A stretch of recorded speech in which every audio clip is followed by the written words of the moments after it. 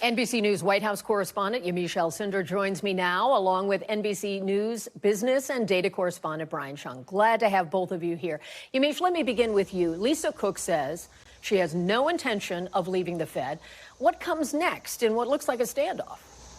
What comes next, Kelly, is a legal battle. Lisa Cook has made it very clear that she's not walking away, and her attorney says that she believes, and he believes, that the president doesn't have the authority to fire her. Jerome Powell has also echoed this, saying that the president doesn't have the authority to fire him. And in May, the Supreme Court called the Fed, the Federal Reserve Board, a quasi-private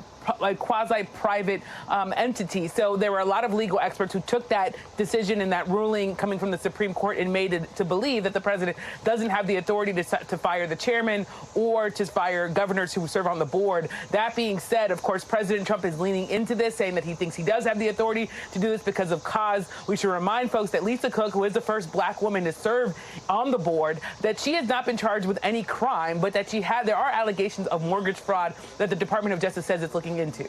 Kelly? And do we get a sense that the White House is looking for a court fight here in order for the president to be able to assert this authority?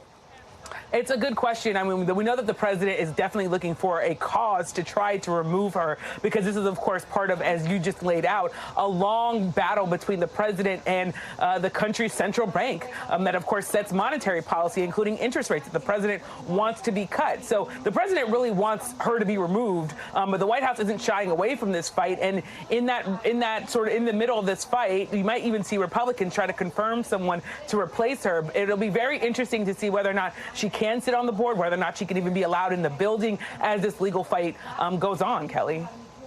Well, you and I were among those watching what was a very long cabinet meeting today that the president went hours. And he also made some news on a very different topic, saying that he intends to take very severe action against any convicted murderers in Washington, D.C. Fill us in on that. That's right. Our White House producers are saying that this was the longest presidential event that President Trump has ever held. So this isn't about campaign rallies, but for more than 3 hours, the president had this cabinet meeting, and he touched on a lot of topics. One of them is really the president trying to tighten his grip even more on the nation's capital, Washington, D.C.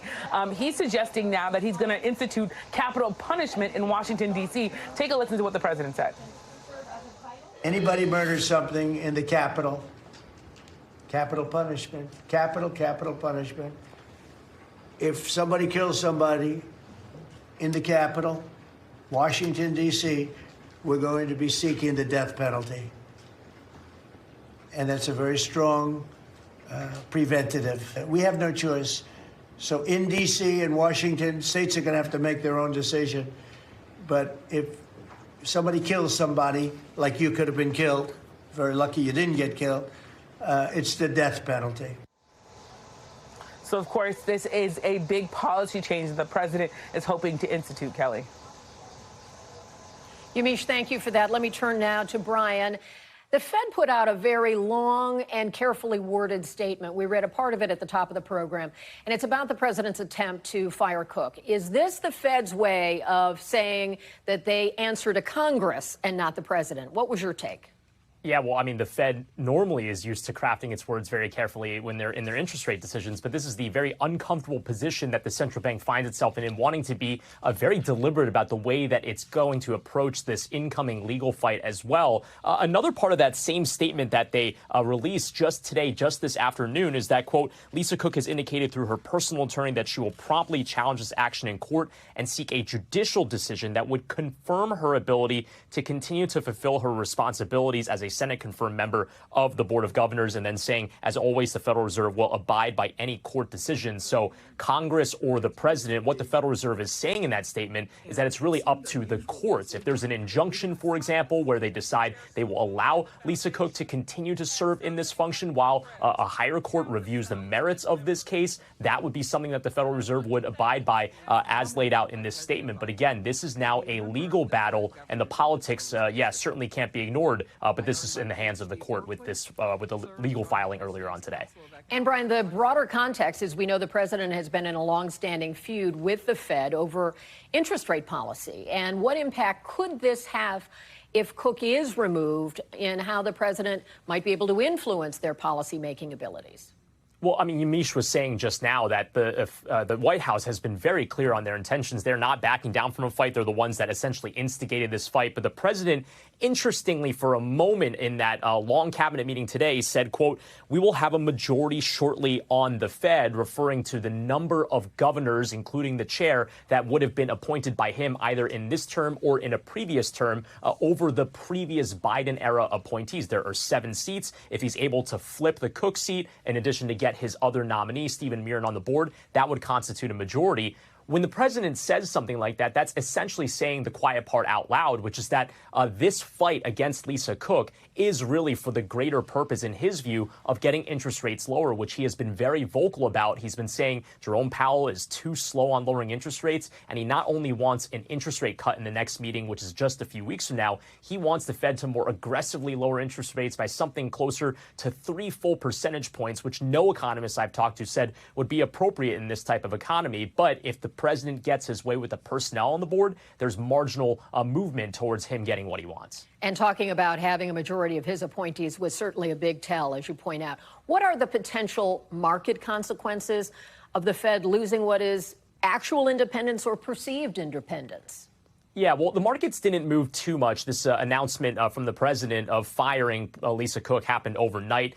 Markets ended the day marginally positive, nothing too much to read from that. But it does seem like markets aren't too worried about this, I think in part because a lot of investors are saying, well, I'm a trader. I'm not necessarily someone that's an expert in injunctions or the court system when it comes to how appointees are treated and whether or not for cause is applicable in this situation for this potential firing. So we'll have to see what happens down the line. But look, economists and traders and those that are in the stock market that I've been speaking to lately have said this is only going to introduce more volatility. If you don't have faith in a Fed being independent, how do you know what's going to happen to markets? Because it could just be at the whim of what the president wants here, Kelly. Brian, appreciate your insights there. Thank you so much. And joining me now is Greg Ip. He is the chief economics commentator for the Wall Street Journal. And Greg, you wrote in the Journal today that the Fed is in uncharted waters. We've heard that kind of phrase before in the Trump era. What is going on? And help us understand the impact here. Well, historically, we didn't worry too much about relationships between the president and the Fed because essentially the president's influence over the Fed only extended to nominating governors and the chairman. And then once they were in place, they did as they felt best for the economy. The president couldn't tell them what to do. What he has basically signaled now is that he does not consider his influence to end when he nominates a person. He expects the people that he appoints to do as he prefers.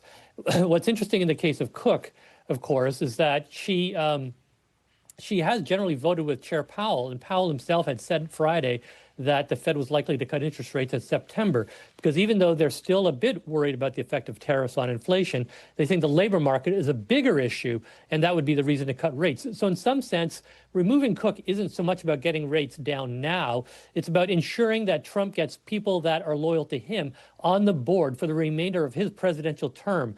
And I think that that probably means that interest rates will be lower, and there's a risk that inflation will be higher as a result.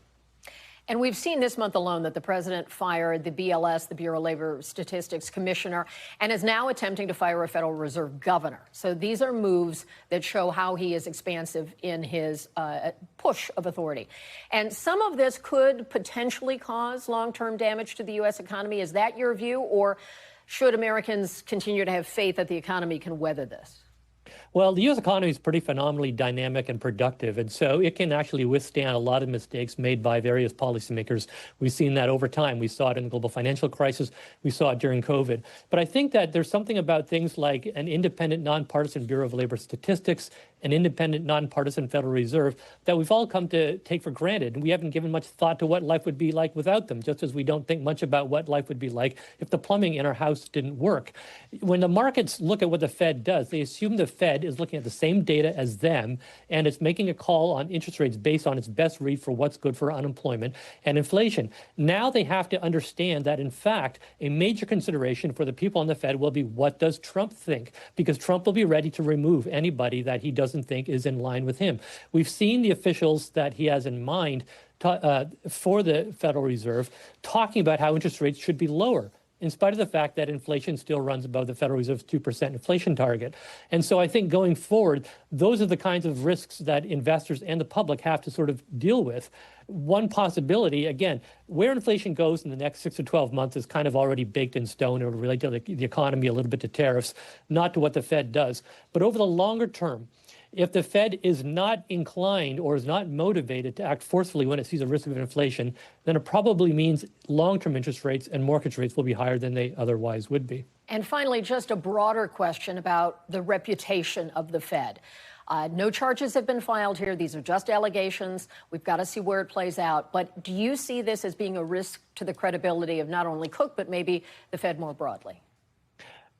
So these allegations, if true, they're consequential allegations, but we don't know yet whether they're true. Cook has not had the opportunity to respond in detail to them. It's interesting that Trump, after demanded that she resign before she'd had even a chance to respond to them. And furthermore, we don't know, even if they were true, whether they rise to the standard of cause. But in some sense, as you know, Brian was mentioning earlier, when Trump said today he's got the control, he thinks he'll have a majority on the Board of Governors, he sort of, I think, indicated that what the real issue, the real motivation here was to get control of the Fed. It wasn't whether one particular individual had broken the rules or not. Greg, thank you so much. We really appreciate your insights today. Thank you. And now I'm joined by Scott Alvarez, former federal counsel, former general counsel for the Federal Reserve.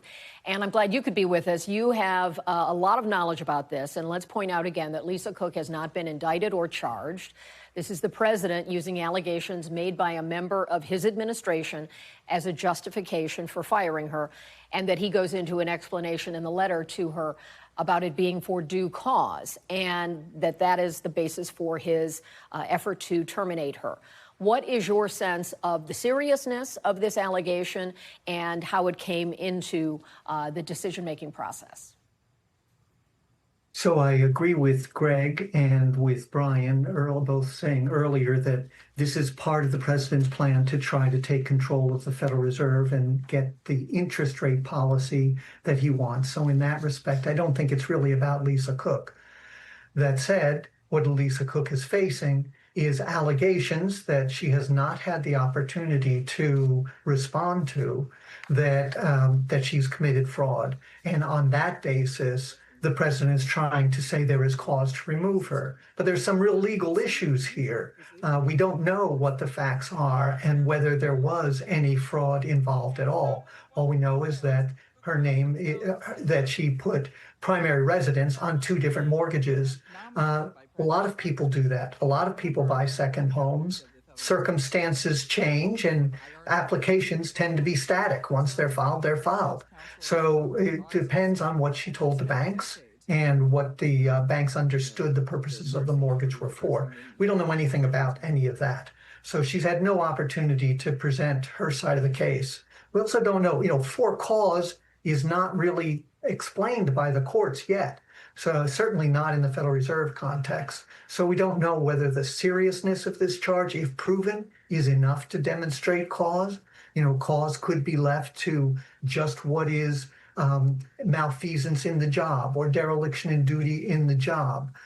These are all allegations that relate to practices before Lisa Cook was nominated for the job. So they have nothing to do with her current job.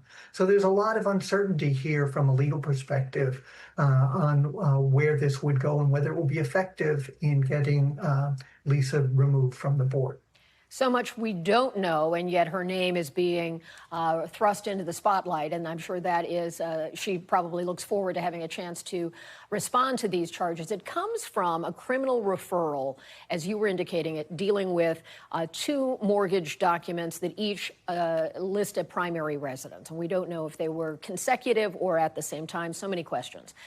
The person who brought this forward is Bill Pulte, the director of the Federal Housing Finance Agency, and he talked about this on CNBC last week. Is it grounds for firing at the Fed? Of course. If you commit a crime and you have a reasonable suspicion that somebody's committing a crime, that is cause. I mean, I don't know what cause is if that's not cause. I mean, this lady, I don't understand how she can be in charge of setting interest rates for our country, and here she is potentially lying on her applications to get better interest rates. And of course, as you pointed out, the courts have to decide what is cause, so he can opine on that, but that may not be relevant in the outcome here. But is it your sense that this is something where he's correct in saying that simply the facts of her having this documentation are enough, or do you think that is still to be determined? I don't think that's enough. In the United States, you are innocent until proven guilty, and there has been no proof of guilt here. If these are false charges, then that certainly is not cause, and we don't know if there's truth to these, to the charge, not so much about what's on the application, but the charge of fraud, which is what underlies the president's letter. So I think we're far from knowing whether this is going to be effective. Scott Alvarez, thank you so very much, again, pointing out that these are allegations, there are no charges. There will be more for us to explore in the days ahead. We thank you for your time. It's a pleasure. Thank you. We thank you for watching, and remember, stay updated on breaking news and top stories on the NBC News app or watch live on our YouTube channel.